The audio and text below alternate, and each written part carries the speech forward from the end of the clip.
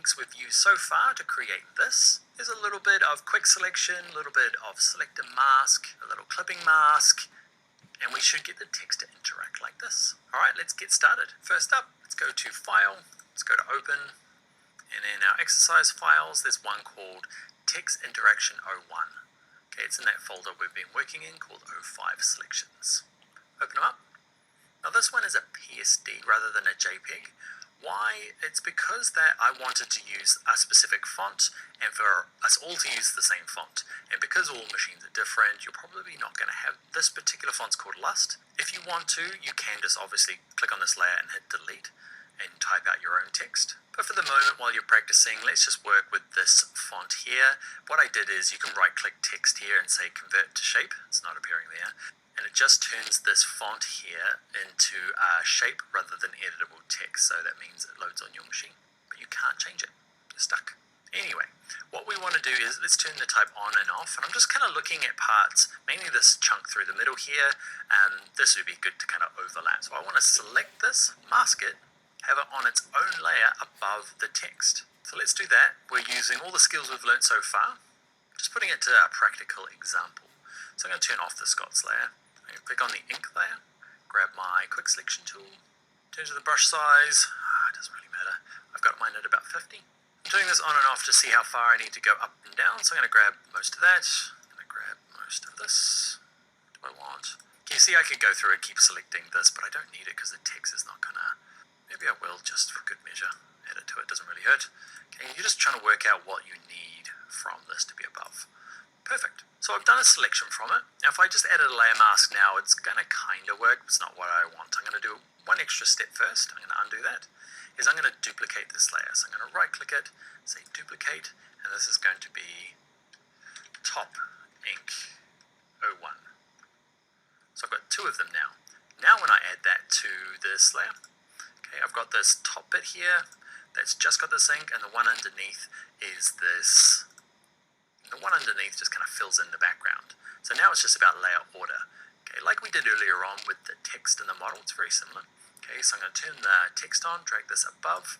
So this is above that. Now it looks okay as is. I'm going to zoom in, but I want to, there's some bits I can tidy up.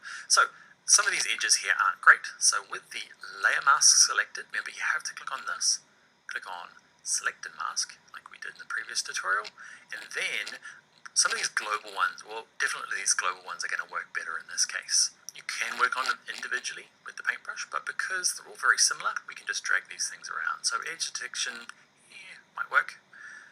Smoothing in this case, I really like, so I just kind of picked a random number. I'm going to turn this on and off, and I'll get the editor to zoom right in. Can you see maybe across this area here? So that's the original. That's where the smoothing turned on. It just kind of makes it nice. Shift edge can be helpful as well. I increased it. Actually, I want to decrease it. So that's it now. That's it before. That's it now. It's a little nicer. I'm going to click OK. Awesome. So I've got that layer. The mask is pretty good. And I'm going to work on a couple of other parts. And there is some bits we're going to do when we start shadowing the background to kind of make it fit in, so you can skip ahead the next minute or two, okay, while I do the rest of these. So what else do I want? See this big sticky thing here?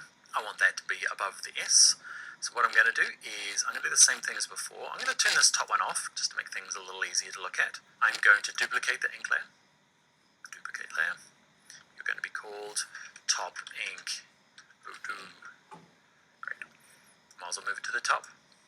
So with this layer selected, quick mask tool, I'm going to grab all of that, turn this on. Actually, it's probably better underneath it for the moment, so I can turn the text on and off. That's probably what I want. Great.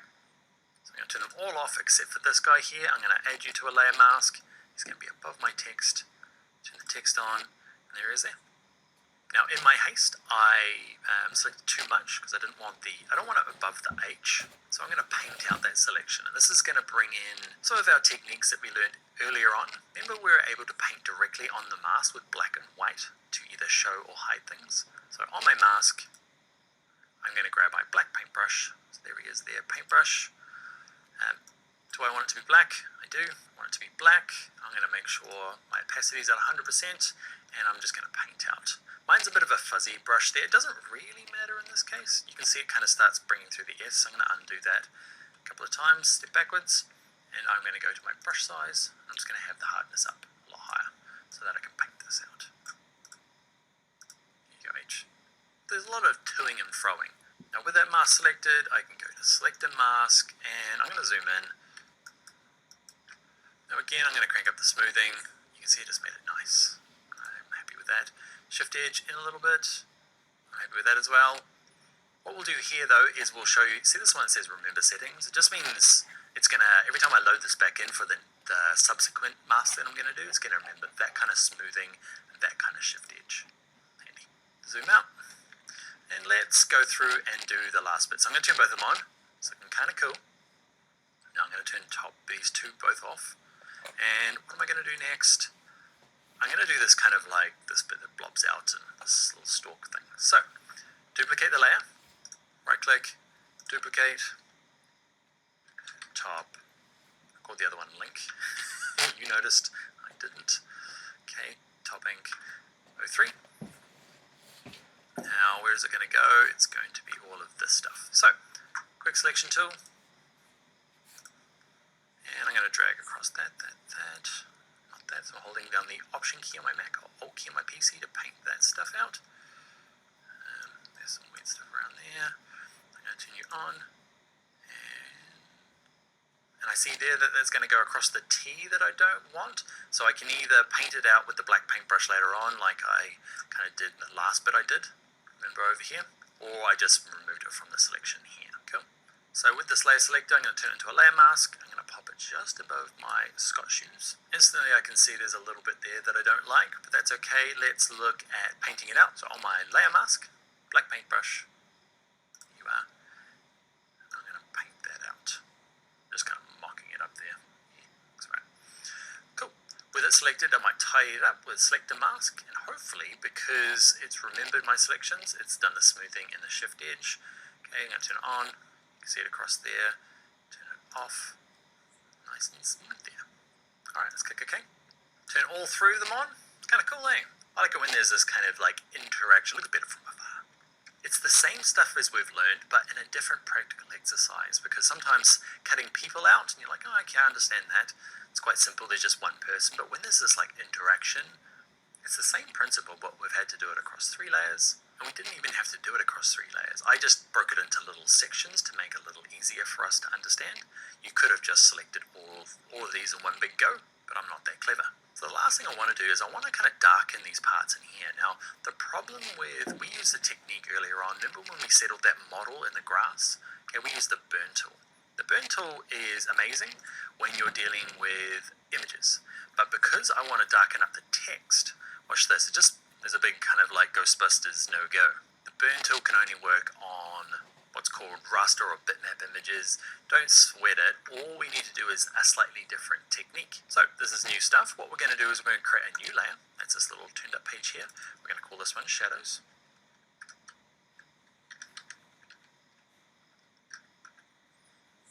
I'm going to grab my paintbrush.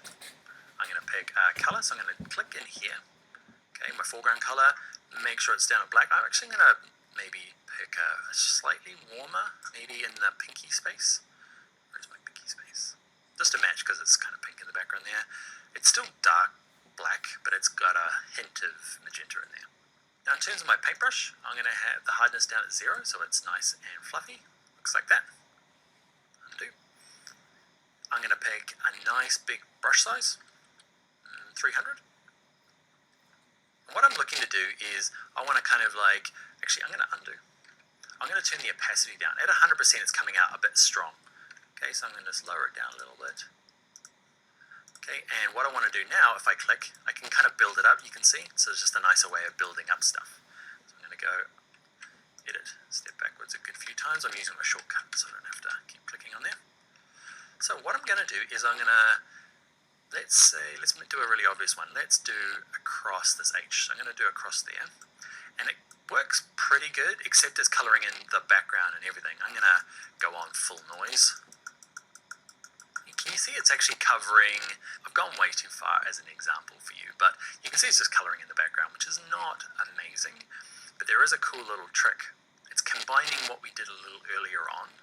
It's called a clipping mask. So at the moment, the shadow is for it to only cover the thing straight underneath. Remember that little arrow that appears when we're using some of the adjustment layers? You can do the same thing with a layer with it selected. Go to layer, go to this one that says create clipping mask. You can see now this layer is only affecting the Scott Shoes layer. And I can paint out here what I like. It's appearing, can you see it on the little thumbnail there? It's appearing up here, but it's only affecting the things underneath. So what I'm going to do is select all, and then I'm going to go edit, clear.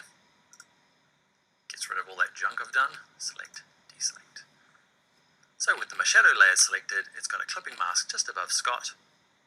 I'm going to go through here, opacity, what is it at, 38. I'm just going to kind of do some broad kind of shadow stuff. Just clicking a couple of times, getting the big stuff done first. You might have to be careful because you don't want to cover this and the S. I'm going to just make it a little smaller here.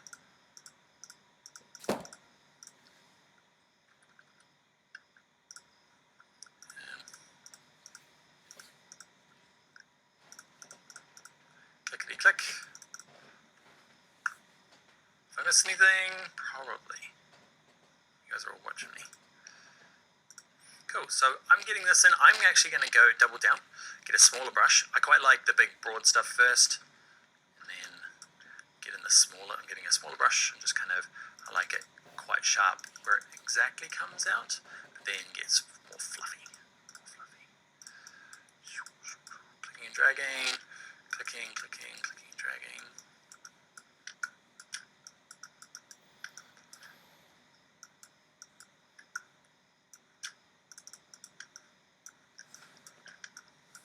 Holding spacebar and clicking and dragging the mouse, you can see it's quite handy when you are doing this type of thing. You want to kind of move around nicely. If you've been avoiding shortcuts so far, I finally get here today. Hold spacebar, click, hold and drag. Alright, it's looking kind of cool. What do you think? I'm liking it. I do realize you can't read the word shoes, but we're going for like abstract cool.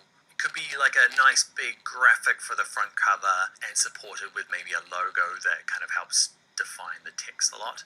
You see this quite a bit in covers of magazines where they have like the name of the magazine along the top, but the image kind of interacts with it a little bit, and the brand of the magazine is strong enough that you know that the magazine is GQ or Glamour, or I don't even know if Glamour's a magazine, but you get what I mean. So play along with this tutorial, give it a go, and in the next video I'm going to set some homework where I'm going to give you examples for you to work on your own. I'll see you there.